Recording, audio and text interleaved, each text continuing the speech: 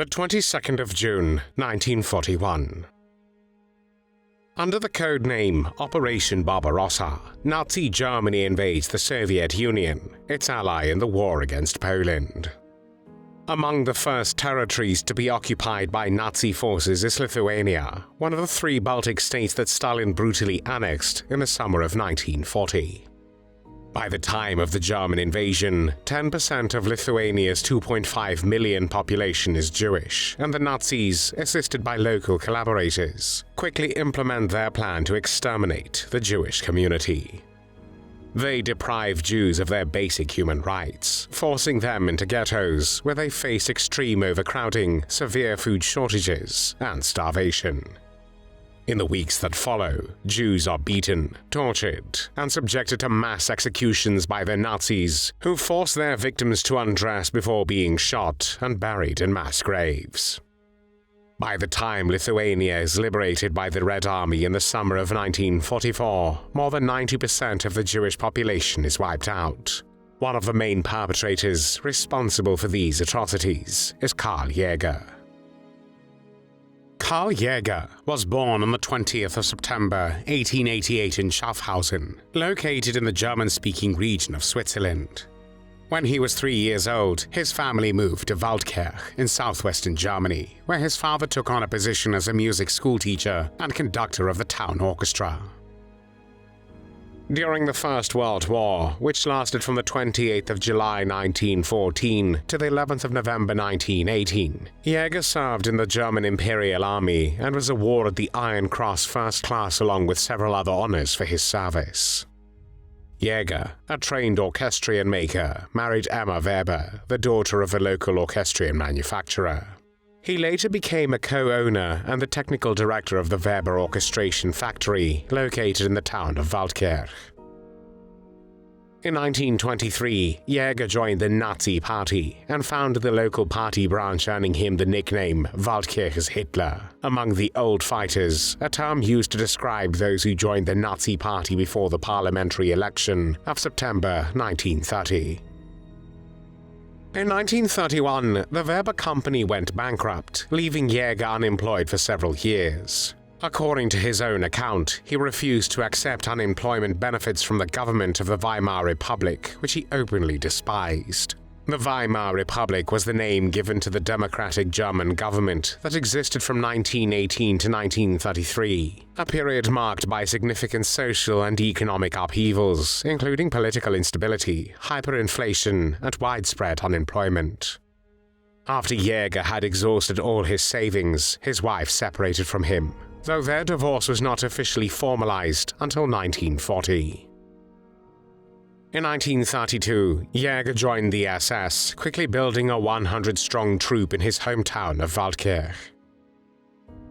On the 30th of January 1933, Adolf Hitler was appointed Chancellor of Germany by President Paul von Hindenburg. After attracting the attention of Heinrich Himmler, the head of the SS, Jäger was called to the SD headquarters in Berlin, which was the intelligence agency of the SS and the Nazi Party in Germany under Hitler's regime. While there, he successfully completed a course of studies and in 1939 was promoted to lead the local SD office in Münster. The Second World War started on the 1st of September 1939, when Nazi Germany invaded Poland.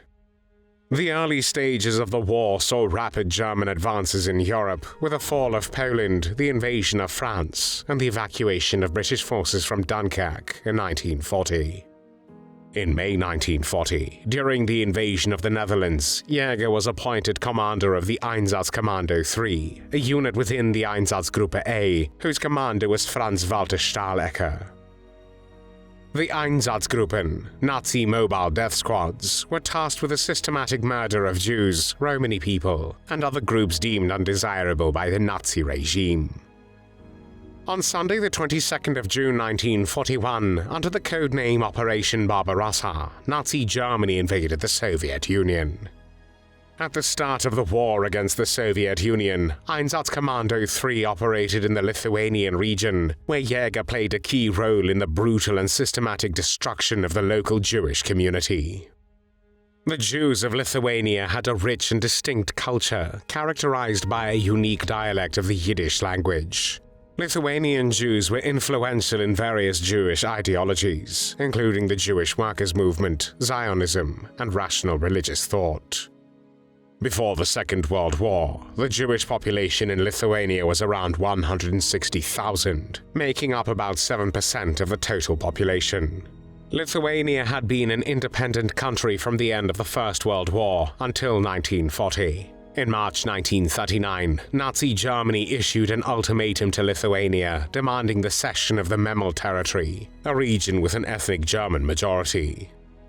On the 21st of March, the Lithuanian government agreed to the German terms, and the next day, the foreign ministers of Germany and Lithuania signed a treaty. This treaty returned Memel to Germany and included a non-aggression pact between the two countries. In June 1940, the Soviet Union occupied Lithuania, annexing the country by August 1940. By 1941, the Jewish population in Lithuania had grown to about 250,000, or 10% of the population, due to an influx of refugees from German-occupied Poland. Shortly after arriving in Lithuania, Jäger was appointed commander of the security police and the SD for the General Commissariat of Lithuania, headquartered in Kaunas. His office, which included interpreters, comprised 141 personnel and was supported by the Lithuanian Auxiliary Police.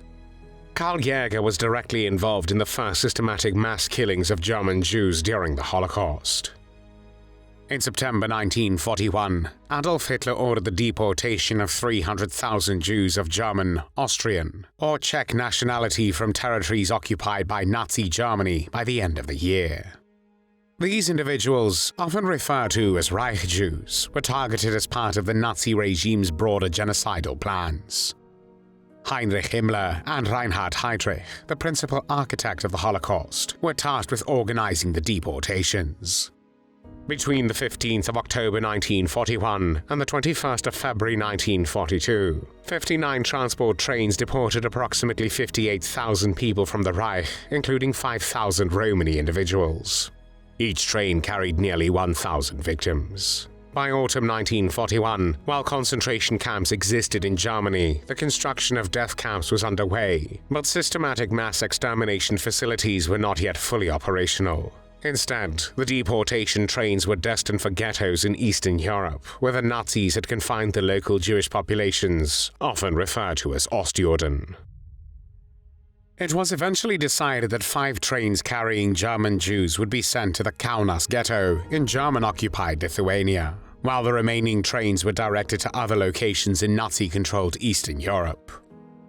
When the 5 trains arrived at the 9th Fort prison, located on the outskirts of Kaunas, nearly 5,000 victims were taken off the trains and executed by Einsatzkommando 3 under Karl Jäger's command. The executions occurred in 2 separate mass shootings, on the 25th of November and the 29th of November, 1941. In the first shooting, 1,159 men, 1,600 women, and 175 children were murdered. In the second, 693 men, 1,155 women, and 152 children were killed. Jäger became notorious for the so-called Jäger Report, a chilling document in which he meticulously detailed the number of people killed under his command from the 2nd of July to the 25th of November, 1941. The report documents the date and place of the massacres, the number of victims, and their breakdown into categories: Jews, Roma people, the mentally disabled, communists, criminals, and others. The actions carried out by Einsatzkommando 3, of which Jäger was the commander, were recorded by Karl Jäger himself, with a report maintaining an almost daily tally of the murders, which totaled 137,346 people. However, on the 9th of February 1942, in a handwritten note for his superior Franz Walter Stahlecker, who was the commander of the Einsatzgruppe A, Jäger updated the totals to 138,272 people. 136,421 Jews, of them 46,403 men, 55,556 women, and 34,464 children. Other victims included 1,064 communists, 653 mentally disabled people, and 134 others. In his report, Jäger wrote, "I can confirm today that the goal of solving the Jewish problem for Lithuania has been achieved by Einsatzkommando 3. In Lithuania, there are no more Jews except for working Jews, including their families. I also wanted to liquidate these working Jews, including their families. But this was met with fierce opposition from the civil administration and the Wehrmacht, leading to an order forbidding it. These Jews and their families may not be shot." Jäger's contributions to the SS, the objectives of the Nazi ideology, and the mass murder of Jews were praised by his superiors. For his service, he was awarded the SS Totenkopfring by Himmler, and later received the SS Honor Sword. Hitler also honored him with a War Merit Cross Second Class and First Class with swords. After suffering a nervous breakdown due to the mass murders he had participated in, Jäger was sent back to Germany near the end of 1943. He was then appointed commander of the SD in Reichenberg, now known as Liberec, in the Czech Republic.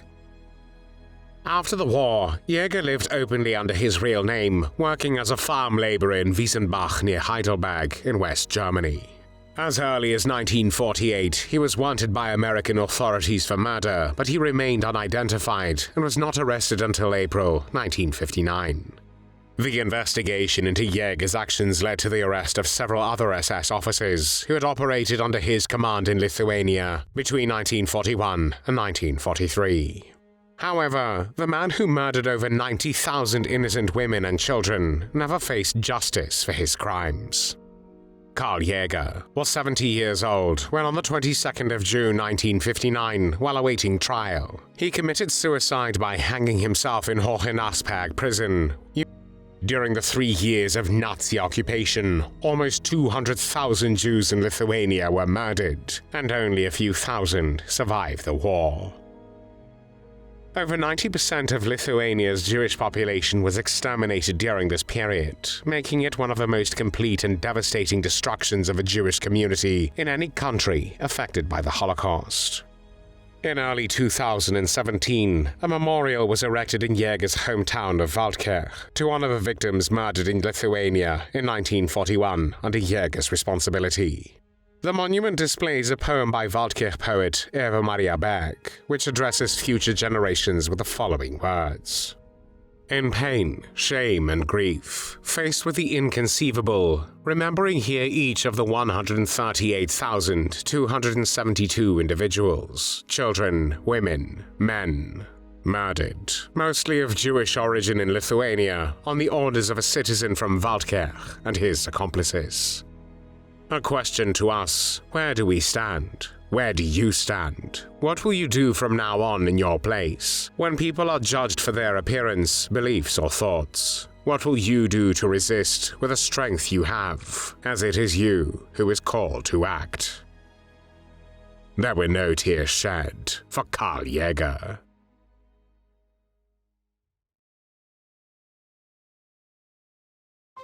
Thanks for watching the World History Channel. Be sure to like and subscribe, and click the bell notification icon so you don't miss our next episodes. We thank you, and we'll see you next time on the channel.